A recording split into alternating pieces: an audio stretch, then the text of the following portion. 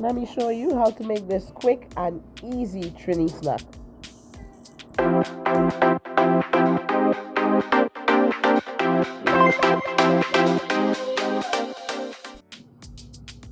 So I'm about to make some fried channa or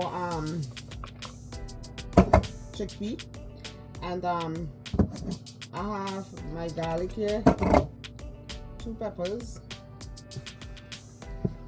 some bandania, and I'm going to just grind all of these up. This is a really nice snack. When I go to Trinidad I buy it, but when I can't get it I make it. So I'm going to show you guys how I make this. So I'm just going to break up the bandania in here. I had this in the fridge, so it got a little bruise, some of them, but they still. I'm going to pulse this so that it will chop it up. This is my chopper, and this is my channa here. Ooh, I'm drying it out because you have to dry this out, because what I did, I soaked this overnight. I have it on a paper towel. I don't want to move it too much. Alright, I have it on a paper towel, so I'm just showing you how I have it. So these are the channa that are soaked, and these are the channa that was unsoaked. So this was before I soak it, and this was after I soak it overnight. So now you see why you want to soak your channa. So once it's soaked, it gets kind of soft too when it's soaked. Like, you know, it's not as hard as this one. This one is like really hard like a rock. This one you could actually break apart. So I'm making sure I dry it off really well, because we're gonna fry this. And you know how the oil gets, you know, with water, when oil and water get together, what happens? It starts splattering all over. You don't want to get burned. So but it's also known as chickpeas. So this is what I use, the Goya. They have other brands also that you can use, but this is what I use. This is my channa here. I'm gonna put it in the oil.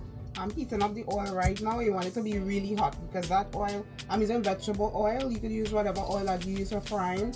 I have vegetable oil today, and I'm going to just fry these up until they get nice and crunchy and brown, and they'll start floating to the top, and I'll show you. This pink salt, and also, so it's just 4 ingredients, and this is the Shadon garlic and hot pepper. Hot pepper is optional if you going to be making it for kids, or if you don't like hot stuff.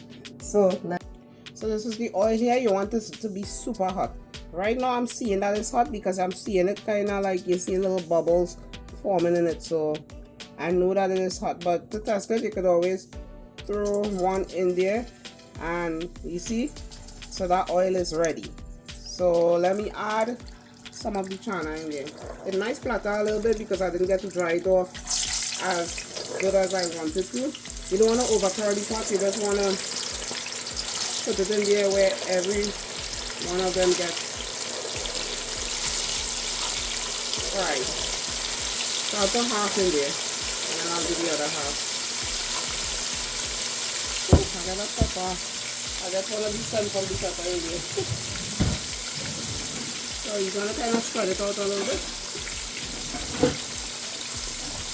And just let that fry up.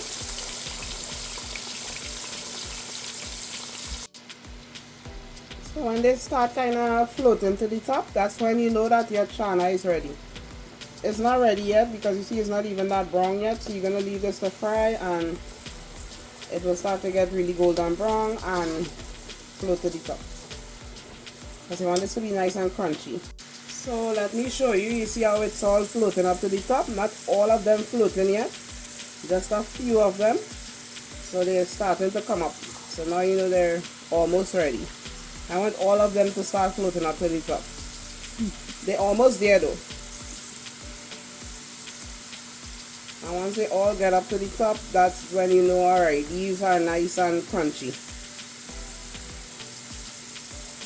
So what I'm going to do, I'm going to take it out of the oil and drain it on a paper towel for a little bit. You just want some of the oil to come out, because you want the oil to kind of cook the seasoning you're going to put on there, the mandania, the garlic, and the hot pepper. So you don't want to drain it out too much or cool it down too much. You want it to be nice and hot still, but you still want to get all the excess oil. So I'm draining it a little in the paper towel, as I said, just to get the excess oil out. It's still hot. And now I'm going to pour it into this bowl. I want you guys to see it. So I have the chana here. I'm going to put in some salt. This is the taste, so you have to figure out how much salt you want, because some people have a low tolerance for salt, some people have a high tolerance. It all depends on you.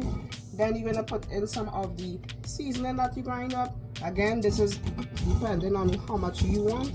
I'm not putting in too much because this have a lot of pepper in it, and I don't want it to be super hot in case somebody who don't want a lot of pepper want to try it. So I'm just going to mix it up really well. And that's it. That's the china. So I'm going to taste it and see if I need more salt. I got a little more salt.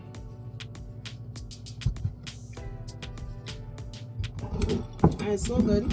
It isn't all that mandania. And this is the one that I buy. This is the one from the store from Trinidad. It's called King of Kings, and this is mine. So this is the one from the store, and this is mine. And sometimes you can get them in bottles too. So let me show you both in my hands. Mine look a little more seasoned. So yeah, I hope you guys try this recipe, and let me know how it come out. This is my finished chana. I also made some split peas. I did it the exact same way that I prepared the chana. I just soaked the split peas and I did it the same way I fried it, and it's the same method. Like, subscribe, and share my video. And always remember, my food is cooked with passion and served with love. God bless. Bye.